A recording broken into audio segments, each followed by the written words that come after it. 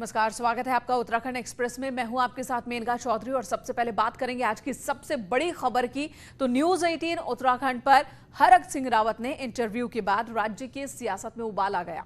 हरक सिंह रावत ने साफ साफ कहा कि उन्होंने त्रिवेंद्र सिंह रावत को बचाया, नहीं तो त्रिवेंद्र रावत जेल में होते और वो मुख्यमंत्री नहीं बन पाते। हरक सिंह रावत ने ढेंचा बीज घोटाले पर खुलासा किया कि हरीश रावत त्रिवेंद्र को जेल भेजना चाहते थे, लेकिन हरक सिंह ने त्रिवेंद्र को बचाया। अब इस पर त्रिवेंद्र रावत का भी बयान आ गया है। हरीश रावत ने भी प्रतिक्रिया दी है।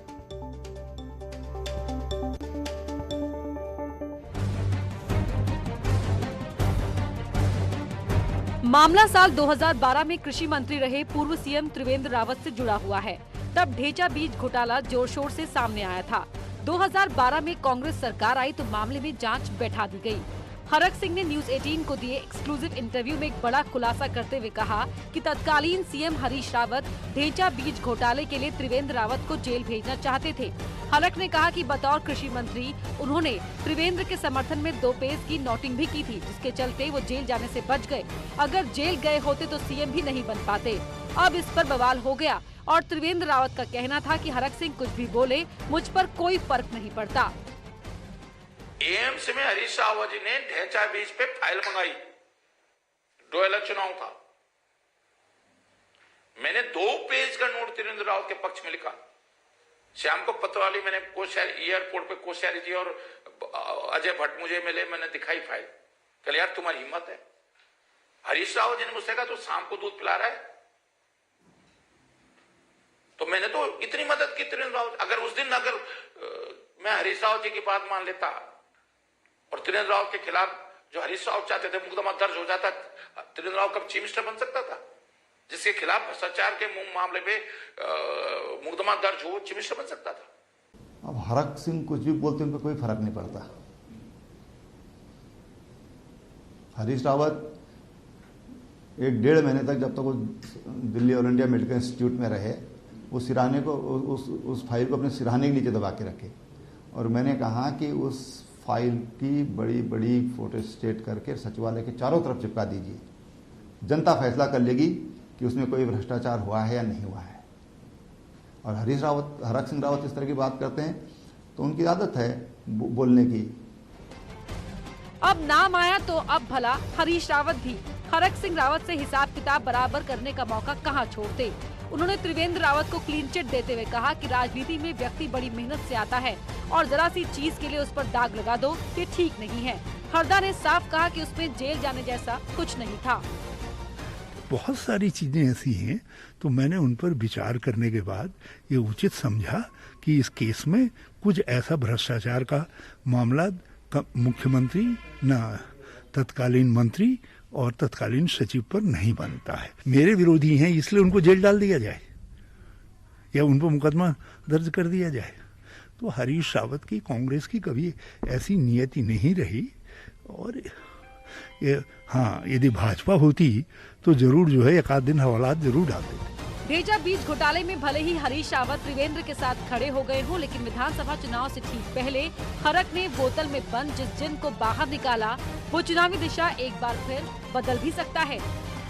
देहरादून से न्यूज 18 के लिए सुनील प्रभात की रिपोर्ट। और वहीं इसी मसले पर आम आदमी पार्टी के नेता अजय कोठियाल ने कहा कि बीजेपी और कांग्रेस 20 सालों से मैच फिक्सिंग करते आ रहे हैं। ढेंचा बीज पर पूर्व सीएम को बचाया गया। दोनों पार्टियां मिलकर जनता को लूट रही हैं। दोनों पॉलिटिकल पार्टीज, बीजेपी हो या कांग्रेस हो, वो ना एक दूसरे के घोटालों को बचाती है। और दोनों के बीच में इतनी बढ़िया एक फ्रेंडशिप है, इतनी बढ़िया अंडरस्टैंडिंग है कि जो समाज को जो सरकार यहाँ पे बनती है और समाज को सपोर्ट करे, समाज की अच्छाई के लिए करे, वो सारी चीजें टूटती जा रही हैं। अगर इसी तरीके से चलता रहेगा तो जनता को ना जानकारी होनी चाहिए इस चीज की कि तुम किसे सेलेक्ट कर रहे हो। तो आरोप प्रत्यारोप जारी है और इसी बीच अपने अपने दलों को मजबूत करने में भी जुटी हुई हैं तमाम पार्टियां। बीजेपी ने पुरोला विधायक राजकुमार को अपनी पार्टी में जोड़ा है और दूसरे जगह भी कोशिश चल रही है, लेकिन पार्टी की इस कोशिश ने उसके अपने ही नेताओं की नींद उड़ा दी। राजकुमार के आने के बाद पुरोला विधानसभा सीट पर पार्टी नेताओं में अब बेचैनी बढ़ गई है। पुरोला से टिकट के दावेदार बीजेपी नेता और पूर्व विधायक मालचंद ने राजकुमार का स्वागत तो किया, लेकिन साफ कर दिया कि वो चुनाव लड़ेंगे और पार्टी उनका टिकट काटने के बारे में सोचे भी ना। मालचंद ने कहा कि मैं चुनाव तो हर हाल में लड़ूंगा।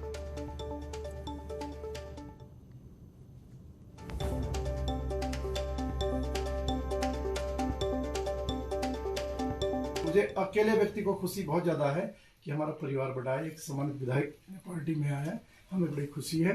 जहाँ तक मालचंद की बात है, चुनाव की बात है, ठीक है, अभी चुनाव 2-3 महीने हैं, वो पार्टी का जो भी निर्णय होगा सिरोधारी है। हाँ, जब तक व्यक्तिगत बात है कि चुनाव लड़ना तो मालचंद चुनाव लड़ेगा, इतना ही है। इसके लिए थोड़ा सा भी मुझे कहने में कोई परहेज नहीं है और पार्टी मेरे पक्ष में निर्णय लेगी।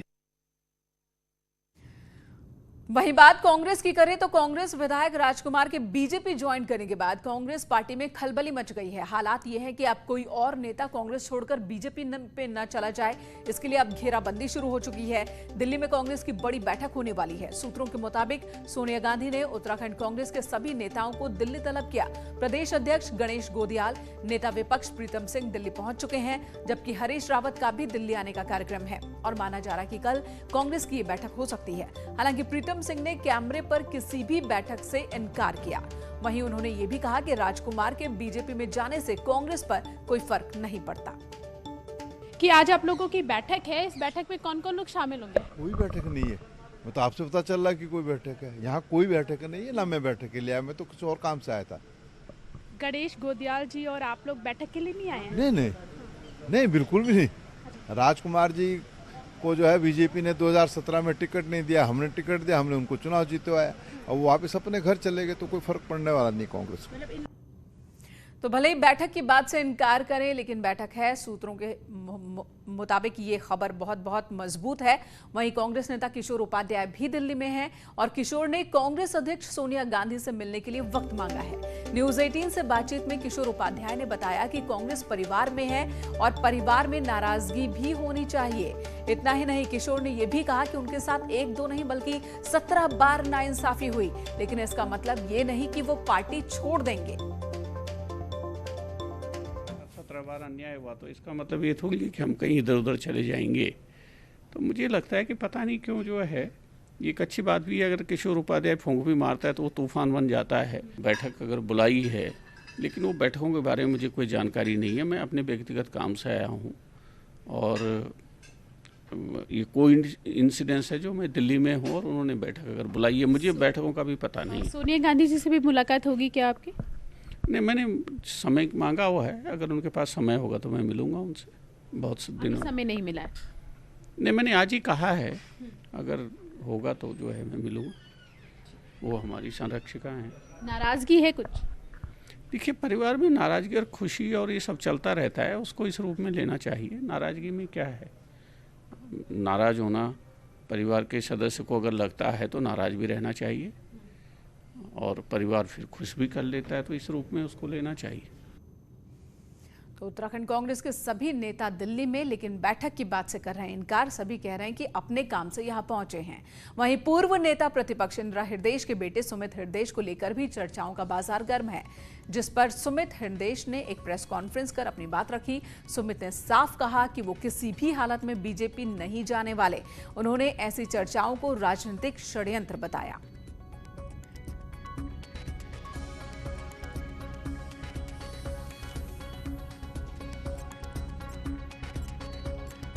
चर्चाएं तो जानबूझ के षड्यंत्र बतौर उठाई जाती हैं और जैसे ही चुनाव निकट आता जाएगा आप देखेंगे षड्यंत्र जो है ये अलग अलग रूप लेंगे। तो इसलिए मैं जनता से यही कहना चाहता हूं कि इन षड्यंत्रों पे विश्वास ना करिए और हम लोग कांग्रेस के साथ आज भी और कल भी, कांग्रेस की कैसे सरकार इस प्रदेश में बने इसके लिए प्रतिबद्धता हम जग जाहिर कर चुके हैं। और बीजेपी में जाने की चर्चाओं के बीच प्रतापनगर के पूर्व कांग्रेसी विधायक विक्रम सिंह नेगी का बयान सामने आया। उन्होंने कहा कि वो कांग्रेस के झंडे के साथ ही क्षेत्र में चुनाव प्रचार प्रसार में जुटे हैं। बीजेपी में जाने की खबरें पूरी तरह से गलत हैं, साजिश है। बीजेपी का सोशल मीडिया पूरे देश में गलत प्रचार प्रसार कर रहा है।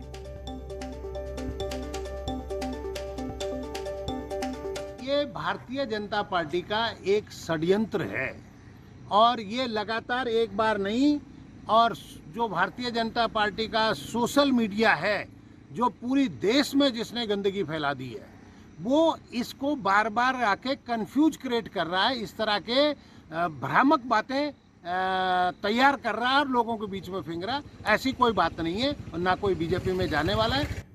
उधर 4 सितंबर को रायपुर में हुए विवाद के मामले में बीजेपी विधायक उमेश शर्मा काऊ आज बीजेपी ऑफिस पहुंचे। प्रदेश अध्यक्ष मदन कौशिक और महामंत्री कुलदीप कुमार के सामने उन्होंने अपना पक्ष रखा। काऊ ने मीटिंग में अपनी बात कही और रविवार को मालदेवता में पार्टी कार्यकर्ताओं द्वारा उनके विरोध में आयोजित की गई जनसभा का भी जिक्र किया। मीटिंग के बाद काऊ ने कहा कि उन्हें पार्टी के न्याय पर भरोसा है, जबकि कुलदीप कुमार ने कहा कि दोनों पक्षों को मौका दिया जाएगा।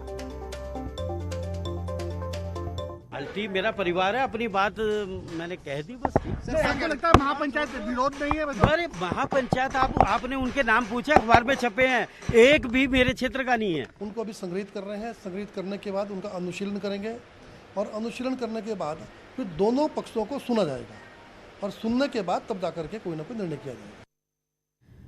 उधर हल्द्वानी के पास मंत्री यशपाल आर्य आज एक अधिकारी पर बरस पड़े। सार्वजनिक सभा में मंत्री जी ने जल संस्थान के इंजीनियर को खूब सुनाया है। चुनाव से पहले कई दूसरे मंत्री भी अधिकारियों पर गुस्सा दिखा चुके हैं।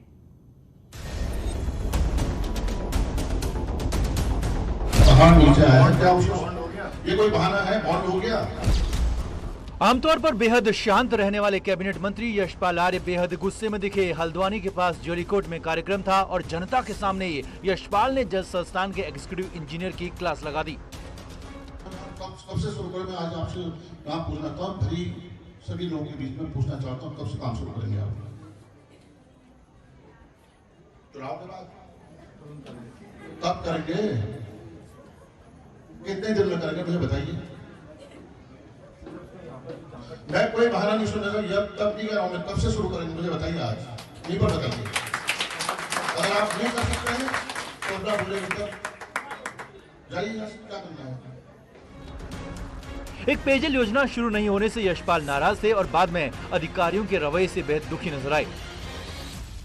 ये गुस्सा नहीं है, पीड़ा है। 1 साल 1 वर्ष से ज्यादा हो चुका है। धनराशि 1 साल पूर्व अवमुक्त हो चुकी है।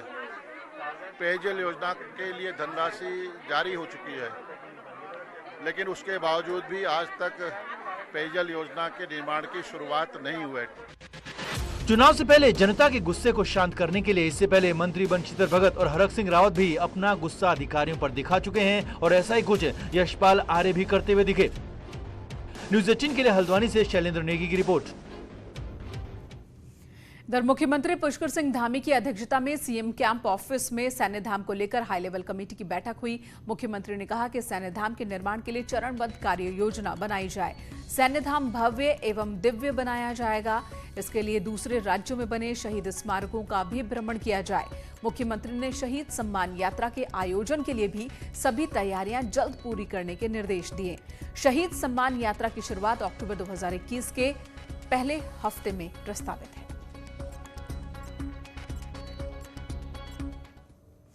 इधर पिथौरागढ़ के एक प्राइवेट स्कूल में एक साथ 3 छात्र कोरोना संक्रमित मिले। छात्रों के कोरोना पॉजिटिव आने के बाद हेल्थ डिपार्टमेंट ने स्कूल को बंद करा दिया। साथ ही स्कूल के सभी बच्चों की अब सैंपलिंग की जा रही है। सीएमओ का कहना है कि संक्रमित छात्रों के संपर्क में आए सभी लोगों की सैंपलिंग करने के निर्देश दिए गए हैं।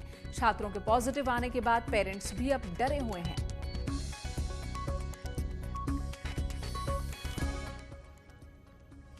एशियन स्कूल में 3 बच्चे रैंडम सैंपलिंग में पॉजिटिव आए थे, जिसके बाद आज सोमवार को पूरे सारे बच्चों की 500-600 जितने भी बच्चे होंगे उनकी जो है सैंपलिंग कराई जा रही है।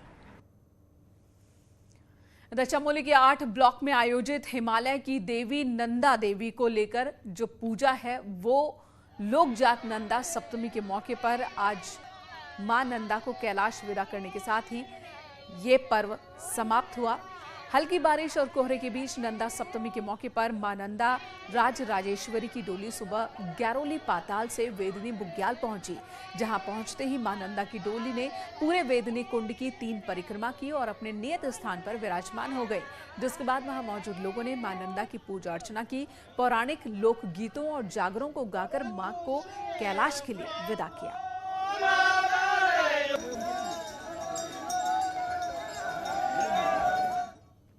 यहाँ एक ब्रेक के लिए रुकेंगे, तुरंत लौटते हैं।